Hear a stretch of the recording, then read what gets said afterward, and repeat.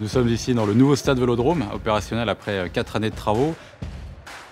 L'objectif des travaux, c'était de couvrir l'ensemble des tribunes, aussi d'augmenter la capacité des places. On est passé de 60 000 à 67 000 places.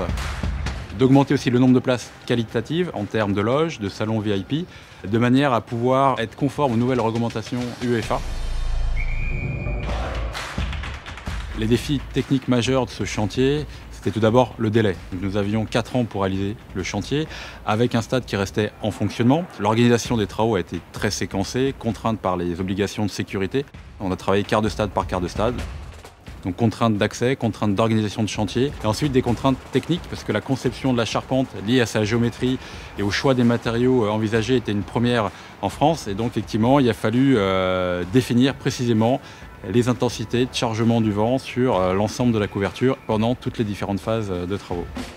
On a aussi mené des études de confort pour s'assurer qu'avec l'édification du stade et les constructions avoisinantes, il n'y avait pas d'effet venturi, d'effet d'accélération de vent, des turbulences qui auraient pu gêner la circulation du public en mode match et puis aussi hors mode match, hors mode événement particulier. Pour réaliser ces études de dimensionnement au vent, nous sommes orientés vers les équipes du CSTB de Nantes pour bénéficier de leur expertise, de leurs installations, puisqu'à notre connaissance, c'est les seuls en France de pouvoir disposer d'une soufflerie atmosphérique capable de restituer un environnement urbain bâti dense. L'intérêt de la soufflerie atmosphérique, c'est vraiment d'être capable de reproduire tous les types de vent.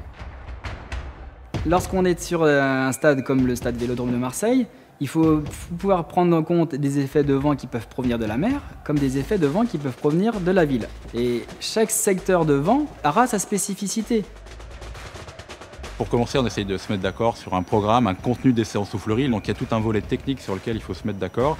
Et à partir de là, une fois que le contrat, le deal est signé, on leur donne la maquette sous forme de fichier avec la géométrie qui est générée en 3D.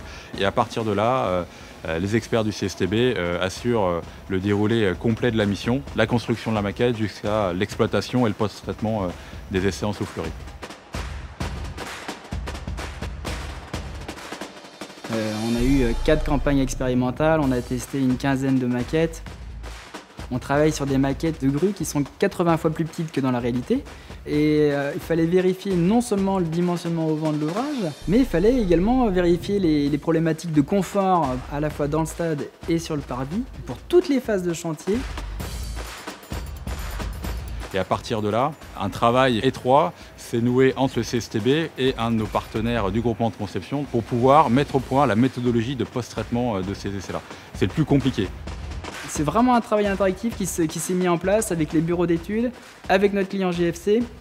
On a vraiment fait du sur-mesure, on a réussi à répondre à des demandes qui étaient très pointues, mais c'était très passionnant parce que c'est magique de pouvoir faire un essai et 15 jours après de se rendre compte que sur le chantier, c'est en train de se mettre en place, les grues travaillent, les ouvriers sont en action, le stade prend vie. C'est impressionnant, oui.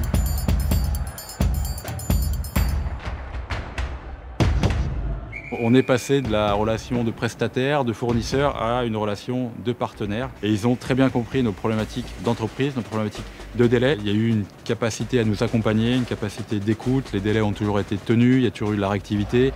On a développé des techniques de mesure, on a développé des techniques de traitement. Je pense que tout le monde est satisfait et c'est un grand plaisir et une fierté même d'avoir pu participer à ce beau projet.